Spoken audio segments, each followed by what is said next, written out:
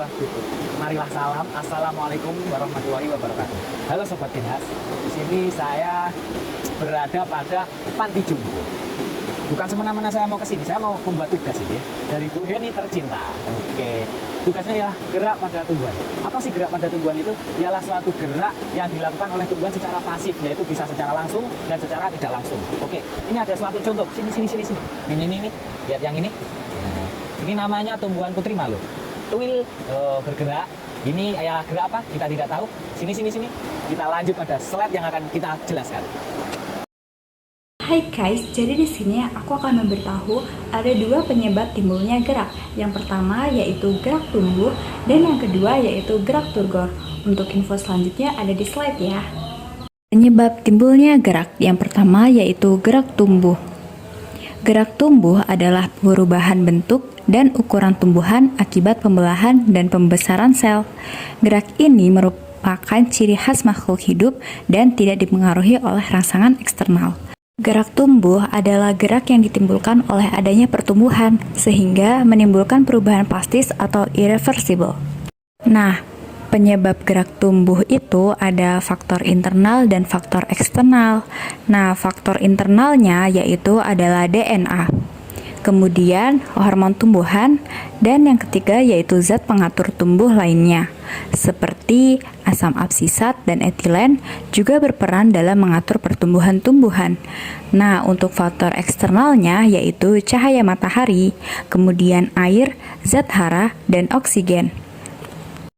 Gerak turgor adalah gerak yang timbul karena terjadi perubahan turgor pada sel-sel tertentu dan sifatnya elastis atau reversible. Nah, untuk penyebab gerak tumbuhan yang kedua yaitu gerak turgor. Gerak turgor adalah perubahan bentuk organ tumbuhan akibat perubahan tekanan air di dalam sel. Tekanan air ini disebut turgor. Penyebab dari gerak turgor yaitu perubahan osmosis yang pertama, itu masuknya air atau imbibisi. Kemudian yang kedua yaitu keluarnya air atau ekskresi. Kemudian penyebab gerak turgor yang kedua yaitu perubahan transpirasi.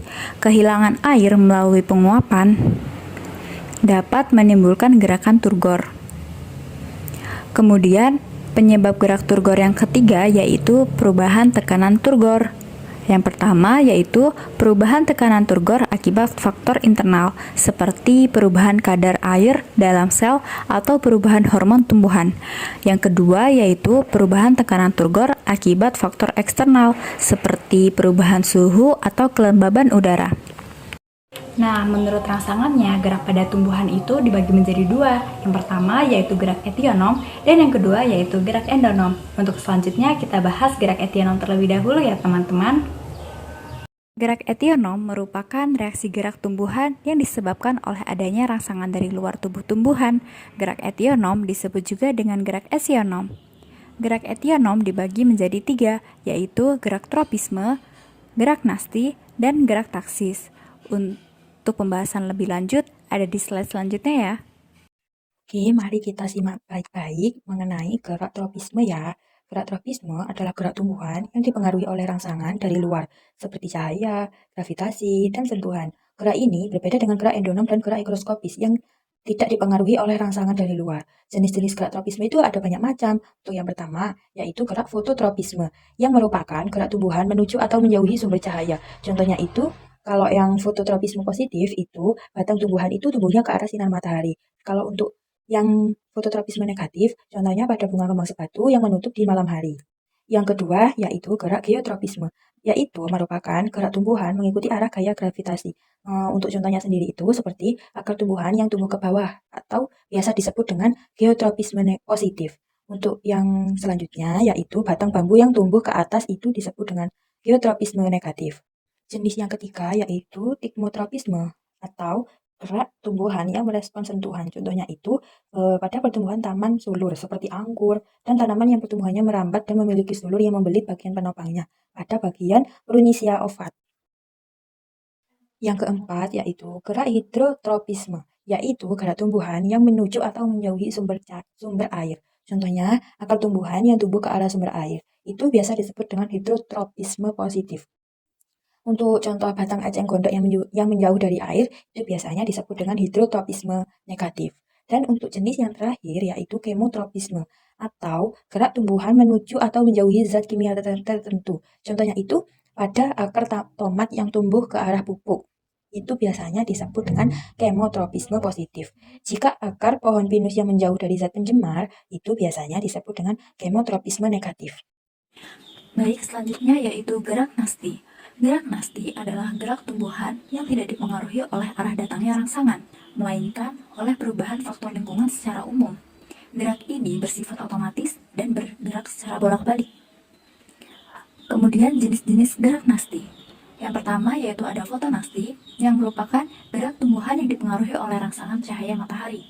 Contohnya, bunga pukul 4 yang mekar di pagi hari dan menutup di sore hari. Kemudian, bunga pukul 9 yang mekar pada pukul 9 pagi. Yang kedua yaitu niktinasti. Niktinasti adalah gerak nasti yang disebabkan oleh suasana gelap. Contohnya yaitu gerak tidur daun pohon turi di malam hari yang mengatupkan daunnya saat hari mulai gelap. Nah, sel-sel pada persendian daun kehilangan air sehingga turgor sel menurun dan daun menutup. Nah, hormon etilen berperan dalam menutup daun. Kemudian yang ketiga yaitu tikmonasti. Nah, tikmonasti adalah gerak nasti yang disebabkan oleh rangsangan mekanis berupa sentuhan atau tekanan. Contoh dari tikmonasti yaitu gerak mengatupnya daun putih malu karena terkena sentuhan. Nah, gerak ini disebabkan karena perubahan turgor pada sel-sel pada persendian daun. Saat disentuh, terjadi aliran air keluar dari sel-sel pada persendian daun, sehingga turgor sel menurun dan menyebabkan daun menggulung. Kemudian yang keempat ada termonasti. Termonasti adalah gerak nasti yang disebabkan oleh rangsangan suhu. Contohnya yaitu mekarnya bunga tulip pada saat suhu udaranya sesuai. Nah, suhu hangat memicu sel-sel pada kelopak bunga untuk menyerap air, sehingga turgor sel meningkat dan bunga mekar. Suhu dingin memicu sel-sel pada kelopak bunga untuk kehilangan air, sehingga turgor sel menurun dan bunga menutup. Kemudian yang kelima yaitu ada haptonasti. Haptonasti adalah gerak nasti yang terjadi pada tumbuhan insektivora yang disebabkan oleh sentuhan serangga. Contohnya yaitu menutupnya daun tanaman kantong semar dan venus ketika tersentuh serangga kecil. Jika seekor serangga mendarat di permukaan daun serangga tersebut terperangkap dan tidak dapat keluar. Yang terakhir yaitu nasti kompleks. Nasti kompleks adalah gerak nasti yang disebabkan oleh beberapa faktor sekaligus. Rangsangan yang diterima dapat berupa cahaya, matahari, suhu, air, dan zat kimia. Nah, salah satu contoh dari gerak nasti yaitu gerak stomata. Stomata adalah celah kecil pada daun yang berfungsi untuk pertukaran zat. Gerak stomata dipengaruhi oleh cahaya, air, dan zat kimia. Nah, pada siang hari, saat cahaya terang dan air tersedia, stomata terbuka untuk memungkinkan pertukaran gas. Kemudian, pada malam hari, saat cahaya redup dan air berkurang, stomata menutup untuk menghemat air. Jadi, itulah contoh dari gerak nasti kompleks. Selanjutnya yaitu gerak taksis. Apa sih gerak taksis itu? Gerak taksis adalah gerak seluruh atau bagian tumbuh-tumbuhan yang berpindah tempat dan arah perpindahannya dipengaruhi oleh arah datangnya rangsangan. Nah, jenis-jenis gerak taksis yaitu yang pertama fototaksis. Fototaksis merupakan gerak taksis yang disebabkan oleh adanya rangsangan berupa cahaya. Kemudian untuk contohnya yaitu klorofil atau zat hijau daun yang bergerak menuju arah datangnya cahaya. Yang kedua yaitu kemotaksis. Kemotaksis merupakan gerak taksis yang disebabkan oleh rangsangan berupa zat kimia. Contohnya yaitu spermatozoa yang bergerak menuju sel telur pada peristiwa pembuahan yang terjadi pada tumbuhan lumut. Sel ovum atau sel telur mengeluarkan zat kimia berupa gula dan protein yang dapat merangsang spermatozoa untuk bergerak mendekatinya. Selanjutnya yaitu gerak endonom. Gerak endonom dibagi menjadi dua, yaitu gerak nutasi dan gerak higroskopis. Untuk info selanjutnya ada di slide ya. Gerak endonom adalah gerak tumbuhan yang disebabkan oleh rangsangan atau faktor-faktor yang berasal dari dalam tumbuhan itu sendiri. Gerak endonom disebut juga autonom. Gerak endonom adalah jenis gerak pada tumbuhan yang terjadi pada tingkat sel. Nah, yang pertama yaitu endonom nutasi. Gerakan endonom nutasi merupakan gerakan spontan. Contohnya, gerakan endonom nutasi adalah gerak pertumbuhan daun dan gerak rotasi sitoplasma pada sel-sel daun. Selanjutnya yaitu endonom higroskopis. Endonom hygroskopis yaitu gerak bagian tumbuhan yang terjadi karena adanya perubahan kadar air pada tumbuhan secara terus-menerus. Akibatnya, kondisi menjadi sangat kering pada kulit buah atau kotak spora sehingga kulit biji atau kotak spora pecah.